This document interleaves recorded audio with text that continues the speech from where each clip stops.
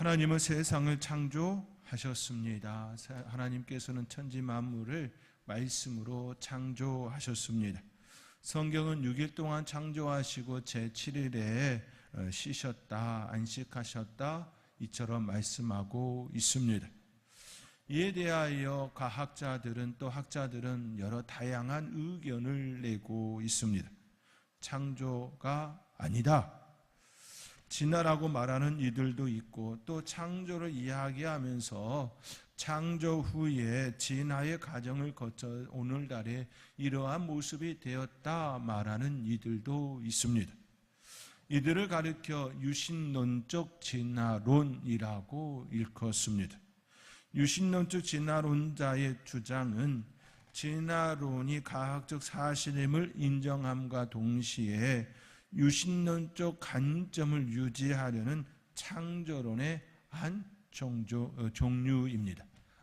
하나님께서 천지 만물을 창조하셨다, 이것에 대하여 받아들일 뿐만 아니라 하나님께서 창조하신 이후에 그 것들이 삶의 그들의 자리에 의하여서 그들이 살아남기에 의하여서 조금씩 변화되어지는 그 진화의 모습이 있었다, 이렇게 보는 견해입니다. 그렇지요? 창조론이 있고 진화론이 있고 또 유신론적 진화론도 있습니다. 참 많은 이야기가 우리 주위에 일어나고 있다라는 것이지요. 이것을 통하여 우리가 더 깊이 생각해 볼 수 있는 건 늘 진품 곁에 유사품이 있는 것처럼, 진품이 있으면 늘 그것을 따라가는 유사한 제품이 있는 것처럼, 가품이 있는 것처럼 창조론이 있다라는 것은 창조에 대하여서 성경이 말씀하고 있다라는 것에 대하여 또 누군가가 계속해서 이러한 가품, 유사품에 대한 내용을 다루고 있다라는 것을 우리는 생각할 수 있어야 합니다. 진화론과 창조론이 늘 대두되는 이유는 분명하지요. 인간의 세계로는 이해할 수 없는 범주이기 때문입니다. 우리 인간의 사고로 그것을 증명할 수 있다거나 또 그 창조할 때에 우리 인간이 보았다면 우리는 그것에 대하여서 그렇게 대두되어지고 논쟁할 일이 없습니다. 하나님께서 창조하실 때에 그 자리에 인간은 존재하지 않았습니다. 인간은 그 자리에 없었습니다. 이와 더불어 진화론자들이 주장하는 그 세계 역시 그들이 진화론, 그 진화되었다라고 하는 그 가정에 그 인간들이 있었느냐? 아니요, 그들도 없었습니다. 그 세계 역시 인간이 존재하지 않았습니다. 존재 않았던 그 시간에 대하여 인간은 끊임없이 서로를 향하여 논쟁하고 또 논쟁하고 있습니다. 그만큼 매우 중요한 사안이다, 이렇게 우리는 평할 수가 있습니다. 앞으로도 인간의 지식과 사고로 절대 풀 수 없는 세계입니다. 하나님께서 만드신 세계에 대하여 그러므로 우리는 경외심을 가져야 합니다. 우리의 지식과 사고로 알아가는 과정도 매우 중요하지만 먼저 이 세계에 대하여서 경외심을 갖는 것이 우선입니다. 인체의 신비조차도 우리의 사고와 우리의 지식으로 온전히 풀어내지 못하고 있습니다. 작은 DNA, 우리 유전자, 그 세계도 아직 풀지 못한 것들이 너무나도 많습니다. 인간의 그 인체의 신비도 온전히 풀어내지 못하는 인간이 그 우주 만물의 그 창조의 질서에 대하여 어떻게 풀어낼 수가 있겠습니까? 인간의 지식과 인간의 사고의 능력이 뛰어나긴 하지만 너무나도 먼 세계인 것이지요. 그만큼 하나님께서 만드신 이 세계는 인간의 이 사고와 이성적 그러한 지식으로 다가갈수록 너무 놀랍다, 신비하다, 놀라운 그 세계에 대하여 인정할 수밖에 없습니다. 그러므로 우리가 창조론과 진화론에 대하여서 세계가 팽팽하게 논쟁하고 또 대치되어지는 그 모습들을 제쳐두고 우리가 먼저 생각해야 할 것은 이 천지 만물에 대하여 또 우리 인체 신비에 대하여 우리는 먼저 경외심을 갖는 것이 우선이다, 이렇게 말해야 한다라는 것이지요. 천지를 창조하신 하나님께서는 제7일에 쉬셨습니다. 그날을 하나님께서는 복되게 하시고 거룩하게 하셨다 말씀합니다. 오늘 본문 3절의 말씀입니다. 우리 함께 3절의 말씀 함께 읽겠습니다. 하나님이 그 일곱째 날을 복되게 하사 거룩하게 하셨으니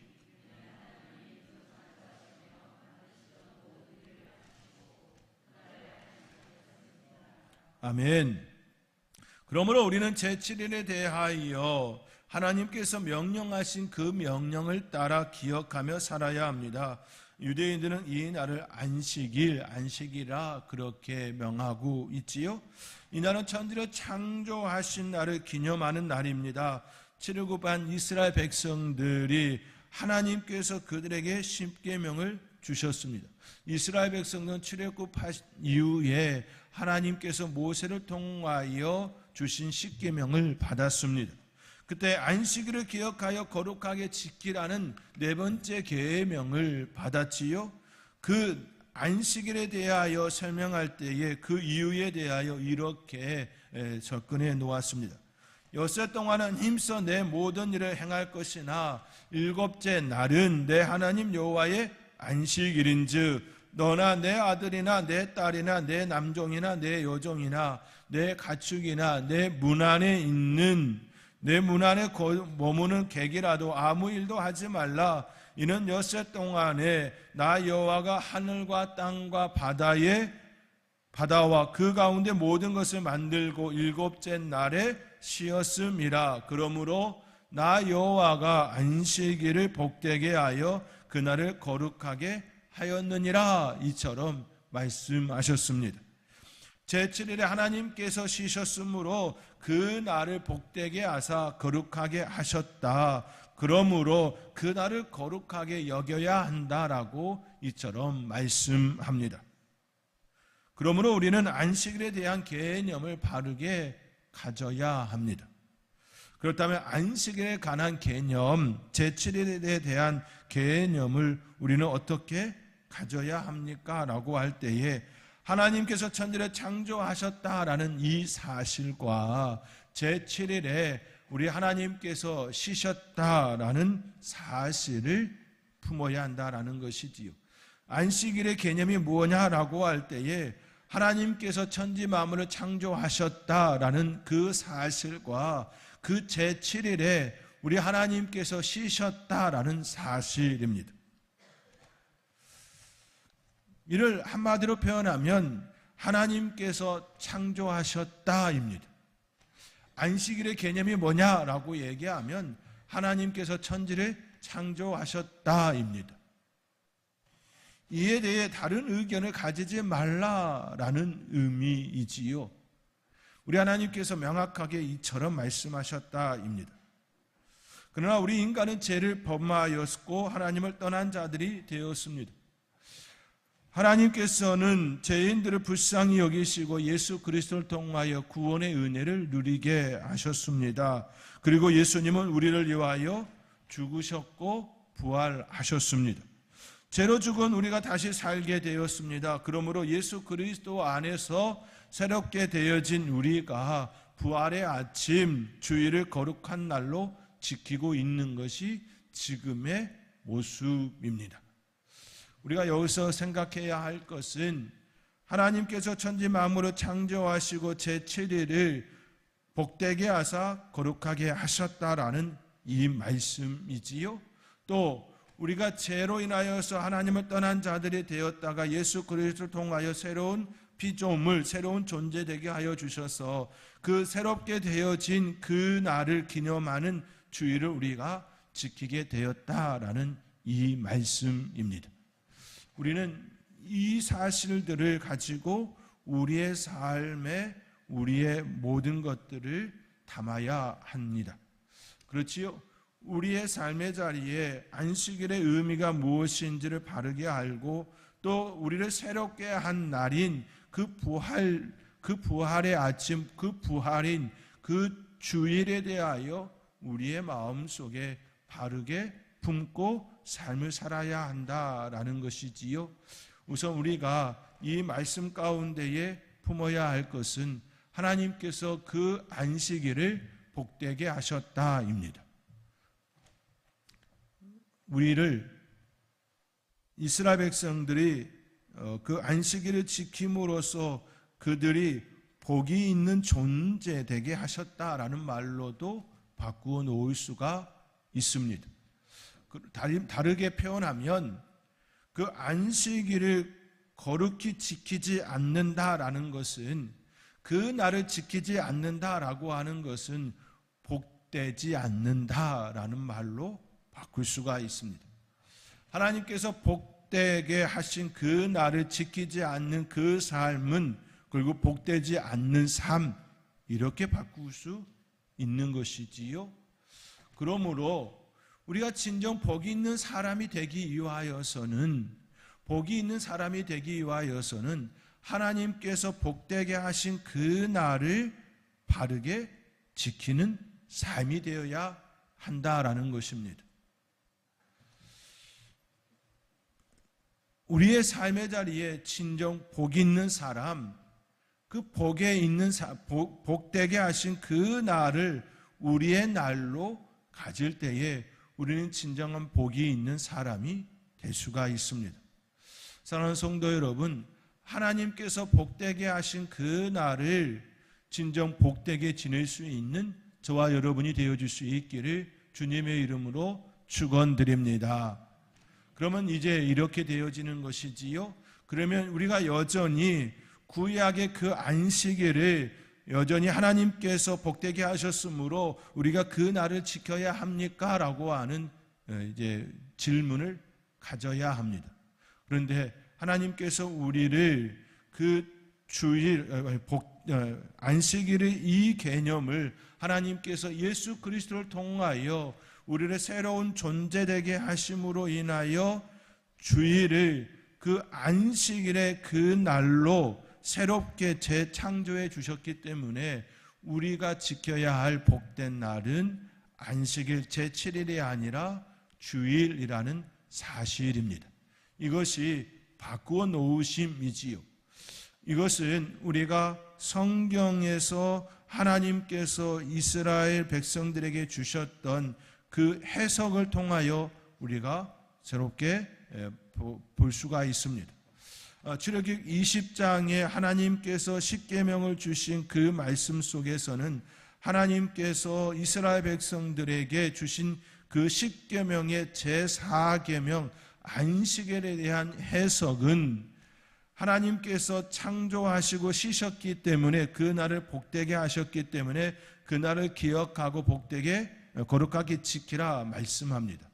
그러나 신명기 이스라엘 출애굽 제2세대들에게 주시는 제4계명 안식일에 대한 해석은 창조하셨기 때문에, 그리고 그날을 쉬셨기 때문에 그날을 복되게 하시고 이제 거룩하게 지키라 이처럼 해석하지를 않습니다.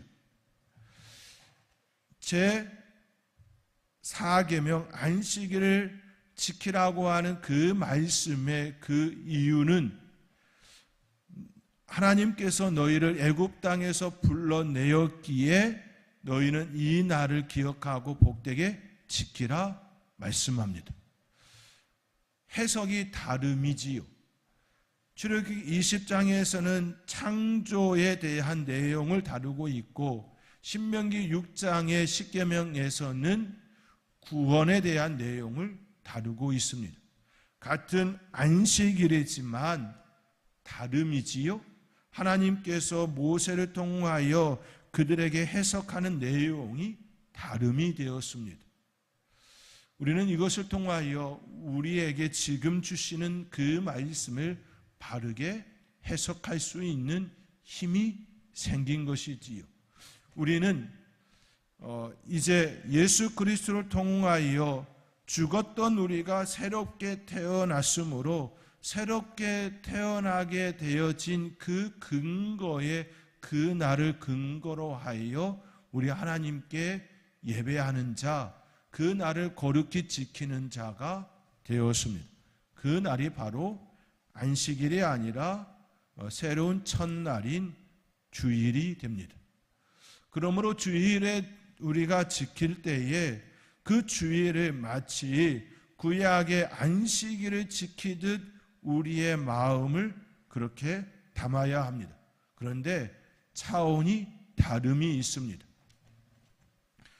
안식일의 개념은 제6일 동안 일하고 제7일에 쉰다라고 하는 안식의 개념으로서의 안식일입니다. 그러나 주일의 개념은 하나님께서 재림된 인간을 새롭게 창조하신, 즉 죽음에서 부활하시고 새롭게 시작하는 그 날로서의 첫날입니다. 안식일은 지난 6일의 삶을 되돌아보며 하나님께 나아가 우리의 삶을 고백하는 형태라고 한다면, 주일은 이미 새롭게 되어진 새 창조물로서 하나님의 은혜를 구하고 앞으로의 6일을 살겠습니다라고 하는 그 고백을 하는 날입니다. 다름이지요. 너무나도 다른 개념입니다. 안식일과 주일은 7일이라고 하는 시간 속에 하루를 보내는 날로서는 같은 개념이지만 안식일이 가지고 있는 그 의미와 주일이 가지는 그 의미는 너무나도 다른 개념입니다. 안식일은 6일 동안 일하고 제7일에 하나님께 나아가는 그 날에서의 그 모습이지만, 주일은 새롭게 되어진 우리가 하나님께 사명을 받아서 그 은혜대로 살겠습니다라고 고백하고 다짐하는, 하나님께 내 모습 이대로 드립니다, 이 모습대로 한 주간 살겠습니다라고 하는 고백의 그 첫날입니다. 너무 다른 날입니다. 우리를 새롭게 하신 그 은혜를 따라 살겠습니다 고백하는 것이 주일입니다. 그러므로 오늘 본문 속에 기록되어져 있는 말씀과 같이 하나님이 그 일곱째 날을 복되게 하사 거룩하게 하셨으니 이는 하나님이 그 창조하시며 만드시던 모든 일을 마치시고 그날에 안식하셨음이니라. 안식의 개념으로서의 우리는 지금 주일을 지키지가 않습니다.